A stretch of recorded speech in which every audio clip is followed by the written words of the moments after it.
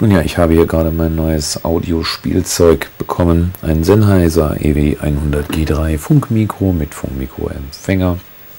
Und in dem Zusammenhang habe ich mir überlegt, Mensch, ich muss mal ein paar Audio-Tonaufnahmen machen und habe meinen GarageBand mal wieder angepackt. Also diese Software auf dem Apple Macintosh mit einfachem Schneiden und Funktionen für Audiobearbeitung.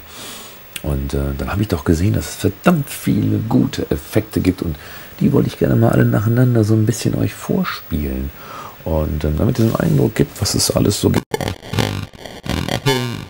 Einfache Software, Software ist bei glaube ich, in der Suite mit noch ein paar anderen Programmen, die 79 €. Und bei den neuen Macs sowieso. Ich würde sagen, ich lese mal ein Stückchen aus dem Buch vor und beim Ausprobieren werde ich mal so verschiedene Audiofunktionen von Atari Whispering, Long Panaming, Lunar Bounce und so weiter. Naja, was lese ich euch vor? Ich könnte einfach eine Internetseite vorlesen, die ist ja mit heute. Vielleicht was Aktuelles, vielleicht von. Mal schauen, was Google heute sagt. An News, wir haben heute den 8. Dezember 2009. Und was gibt es Neues von Google auf der News-Seite? Einmal doppelklicken auf Google und übrigens Aufnahme über Inhalt 3 und Mikro Eingang dann in den Rechner rein. Okay, Obama live on Jobs. Also das ist die US-Seite, gerade keine deutschen News. Ich muss ja nicht in Deutsch vorlesen, ich würde sagen, ich könnte das in Deutschland machen. Deutschland. Was bietet denn Google News um 21:40 Uhr in Deutschland an? Prozesse, Urteil, FDP muss wegen Spendenaffäre Strafe zahlen. Nee.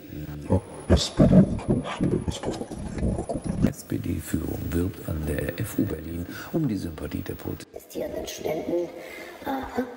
Und der Herr Steinmeier war dabei, also Gabriel, dem Genoss Steinmeier. Wer ist der Chef, ist von Markus Schlieben, geschrieben in der Zeit. Der im Henry-Ford-Bau der Freien Uni Berlin ist rappelvoll. Alle Klappsitze sind.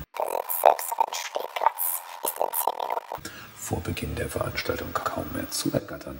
Das Publikum speist sich aus der Zielgruppe, bei der SPD einst bärenstark war, nun aber bei der Bundestagswahl im September die größten Verluste hinnehmen musste, muss ja wieder.